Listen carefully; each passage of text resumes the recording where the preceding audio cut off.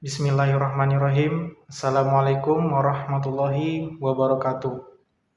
Alhamdulillahirrabbilalamin.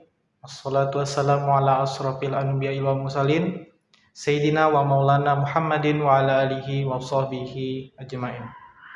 Amma ba'd. Alhamdulillahirrabbilalamin. Pada kesempatan yang berbahagia ini, saya berkesempatan untuk dapat mengerjakan dan menyelesaikan tugas sebagai UTS ujian tengah semester dari mata kuliah fikih ibadah ini. Semoga kita semua selalu diberikan kesehatan, kesempatan, kelancaran, kemudahan, kekuatan, dan keistiqomahan dalam menuntut dan mencari ilmu. Perkenalkan, saya Muhammad Ridho Palevi, mahasiswa UINSI Samarinda, Universitas Islam Negeri Sultan Haji Muhammad Idris Samarinda, dari Fakultas Syariah, Lokal Program Studi Hukum Keluarga 2 Semester 2, dengan NIM saya 2321508040. Pada kesempatan ini saya akan mempresentasikan materi yang ada pada bab Toharoh dengan judul beberapa hal yang terkait dengan membasuh wajah yang ada pada kitab Majmu' Syarah Muhadzab, karya dari Imam An-Nawawi. Baik, langsung saja saya bahas beberapa hal yang terkait dengan membasuh wajah dalam kitab Majmu' Syarah Muhadzab, karya Imam An-Nawawi. Baik, langsung saja saya masuk ke pembahasan materi yang pertama, yaitu ada penulis Al-Hawi menuturkan bahwa tata cara membasuh wajah yang dianjurkan adalah mengambil air dengan kedua tangan secara keseluruhan, karena itu lebih memungkinkan dan lebih sempurna. Jadi penulis yang dituturkan oleh Al-Hawi itu adalah mengambil air pada saat berwudu itu dengan menggunakan dua tangan secara keseluruhan, karena itu lebih memungkinkan dengan secara sempurna saat mengambil air. Lalu dimulai dengan mengguyurkan ke bagian atas wajah, kemudian dicucurkan ke bawah. Nah, yang jadi pertanyaan itu, di manakah bagian atas wajah tersebut? Kemudian air dicucurkan ke bawah. Jadi otomatis air akan tercucur ke bawah dari bagian atas, yaitu bagian dahi. Sebab seperti itulah yang dilakukan oleh Rasulullah SAW saat berwudu dengan menggunakan dua tangan secara keseluruhan. Di samping itu, karena bagian atas wajah adalah bagian yang paling terhormat, karena itulah bagian sujud kita. Jadi bagian dahi dan bagian atas wajah itu adalah bagian paling sempurna dalam diri kita. Alasan lain adalah karena membasuh wajah di bagian atas itu lebih memungkinkan secara alami air akan mencucur ke bawah hingga wajah yang diperintahkan untuk dibasuh akan terkena air. Nah, jadi otomatis apabila kita membasuh wajah itu bagian atas dari bagian atas, maka itu secara otomatis air akan mencucur ke bagian bawah, sehingga bagian-bagian yang diperintahkan untuk dibasuh itu secara otomatis akan terkena air. Atau bisa juga dengan mengguyurkan air dengan cara lain. Demikianlah pernyataan oleh Al-Muwardi. Mengambil air dengan kedua tangan seperti yang telah disebutkan oleh Muwardi tersebut adalah benar, dan pendapat ini pula yang ia nyatakan dalam Mukhtasar Al-Muzani, dan itulah yang dipastikan oleh para jumhur. Jadi para jumhur ulama itu dia setuju bahwa yang dipastikan pendapat ini adalah benar. Pendapat lain menyatakan bahwa mengambil air dengan satu tangan. Ada juga pendapat ketiga yang dikemukakan oleh Zahir As-Sarkasi, mengambil air dengan tangan kanan dan tangan kiri diletakkan di bawahnya. Nah, jadi cara mengambil airnya itu dengan menggunakan tangan kanan yang berada di atasnya dan tangan kiri di bawahnya. Jadi mengambil air dengan hanya satu tangan. Setelah itu diguyurkan ke bagian atas dahi. Jadi cara membasuhnya itu ialah dengan membasuh air yang dibawa ke atas bagian wajah, yaitu bagian dahi.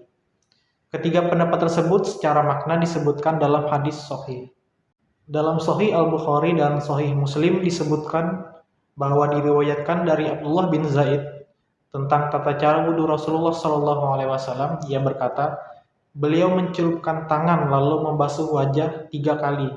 Nah, jadi sahabat Abdullah bin Zaid itu meriwayatkan bahwa tentang tata cara wudu Rasulullah SAW itu Beliau mencelupkan tangan lalu membasuh wajah sebanyak 3 kali. Beliau mencelupkan tangan itu mencelupkan ke dalam wadah atau sebuah wadah seperti bejana. Beliau mencelupkan tangan tersebut lalu membasuh wajah sebanyak 3 kali. Demikianlah riwayat Al-Bukhari di dalam berbagai kitab sahihnya. Di dalam riwayat lain, yaitu dalam riwayat Muslim, disebutkan redaksi tangan beliau yakni dengan bentuk tunggal. Jadi tandanya di sini itu beliau mencelupkan tangan dengan menggunakan satu tangan atau mengambil air itu dengan satu tangan. Riwayat Al-Bukhari yang lain menyebutkan lalu beliau mencelupkan kedua tangan. Dengan kedua tangan itu lalu beliau mengambil air kemudian beliau membasuh wajah sebanyak 3 kali. Jadi dalam riwayat Al-Bukhari yang lain itu menyebutkan lalu beliau mencelupkan kedua tangan. Jadi mencelupkan tangan itu dengan kedua tangannya ke dalam sebuah wadah atau yang biasa dibilang itu bejana. Di dalam bejana itu beliau mengambil air, mencelupkan dengan kedua tangannya. Dengan kedua tangan itu beliau lalu mengambil air dan kemudian beliau membasuh wajah sebanyak 3 kali. Disebutkan dalam riwayat Al-Bukhari dari Ibnu Abbas, ia berkata, kemudian beliau mengambil air lalu beliau begini. Secara redaksi, Ibnu Abbas kemudian meletakkan tangan kiri di bawah tangan kanan, lalu membasuh wajah. Setelah itu ia berkata, seperti itulah aku melihat Rasulullah SAW berwudu. Jadi diriwayatkan oleh Ibnu Abbas dalam riwayat Al-Bukhari bahwa Rasulullah itu mengambil air dengan satu tangan, yaitu tangan kanan berada di atas tangan kiri. Jadi dengan satu tangan, dengan menggunakan tangan kanan, lalu beliau membasuh wajah dari bagian atas wajah yaitu bagian dahi. Lalu ia berkata, seperti itulah aku melihat Rasulullah SAW berwudu. Hadis-hadis ini menunjukkan bahwa semua tata cara membasuh wajah tersebut hukumnya sunnah. Jadi mau menggunakan satu tangan dengan mengambil airnya maupun juga dengan menggunakan dua tangan dalam mengambil airnya. Itu hukumnya sama-sama sunnah. Namun mengambil air dengan kedua tangan lebih utama berdasarkan pendapat terpilih seperti yang telah dijelaskan tadi. Jadi masyhur para ulama lebih memungkinkan dengan kedua tangan. Baik, saya lanjut untuk pembahasan materi yang kedua. Penulis At-Tatimah dan lainnya menyatakan bahwa orang yang berwudu wajib untuk membasuh bagian kepala, leher, dan bagian bawah dagu yang termasuk dalam bagian wajah. Karena tidaklah mungkin membasuh wajah keseluruhan wajah tanpa membasuh bagian-bagian tersebut. Jadi menurut penulis At-Tatimah dan yang lainnya yang ia kemukakan bahwa orang saat berwudu itu wajib untuk membasuh bagian kepala tersebut. Itu bagian kepala yang letaknya itu di bagian atas, yaitu atas bagian dahi, leher, dan bagian bawah dagu. Bawah dagu itu tidak hanya termasuk bagian janggut, tetapi juga bagian atas yaitu di bawah bibir. Karena tidaklah mungkin ia tidak membasuh seperti halnya ia menahan diri di sebagian waktu malam saat puasa siang terpenuhi secara keseluruhan. Lanjut ke pembahasan materi yang ketiga. Apabila ada luka robek pada kulit dan keluar dari batasan wajah, maka wajib dibasuh secara keseluruhan berdasarkan mazhab. Jadi apabila ada luka robek pada bagian wajah, itu termasuk pada masih bagian wajah, maka itu wajib dibasuh. Demikianlah yang dipastikan oleh penulis Al-Bahar dan Al-Bayan. Karena hal itu jarang ada dan kesemuanya termasuk daripada wajah. Dalam At-Tahrir, Al-Jurjani menyebutkan dua pendapat. Yang paling kuat adalah pendapat ini. Sedangkan pendapat kedua menyebutkan bahwa bagian wajah yang tidak termasuk dalam batasan wajah ada dua pendapat seperti jenggot yang diurai. Yang keempat yaitu apabila seseorang memotong hidung atau bibirnya, apakah ia harus membasuh bagian luar yang terpotong saat wudu atau mandi? Ada dua pendapat dalam hal ini, yaitu yang pertama, pendapat yang kuat adalah wajib, seperti halnya bila yang bersangkutan mengupas kulit atau tangannya. Apabila ada kulit wajah atau tangannya yang terkelupas, maka tetap dibasuh, wajib hukumnya bagian yang terkelupas tersebut. Yang kedua, tidak wajib, karena pada saat sebelum dipotong yang bersangkutan berkesempatan untuk membasuhnya pada saat berwudu. Sementara setelah dipotong tidaklah wajib, sehingga hukumnya sama seperti sedia kala. Pembahasan yang kelima, Asy-Syafi'i dan para sahabat berpendapat dianjurkan membasuh kedua bagian sisi dagu yang bersamaan dengan saat membasuh wajah. Karena sebagian ulama menganggapnya termasuk daripada wajah. Oleh karena itu, dianjurkan agar dibasuh demi menghindari perbedaan pendapat. Jadi di sini para Asy-Syafi'i, yaitu para jumhur ulama yang berkalangan pada mazhab Syafi'i dan para sahabat itu berpendapat dianjurkan untuk tetap membasuh kedua bagian sidagu.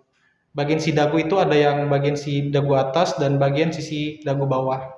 Untuk bagian sidagu bawah itu termasuk jenggot atau janggut yang tumbuh. Jadi tetap untuk dibasuh dan harus basah pada saat membasuh saat berwudu.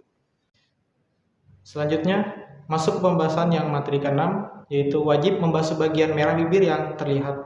Hal ini dikemukakan oleh Ad-Darimi. Jadi bagian bibir yang merah itu, atau bagian yang terlihat, bagian luar itu wajib untuk dibasuh. Materi yang ke-7, apabila seseorang memiliki dua wajah dengan dua kepala dalam satu badan.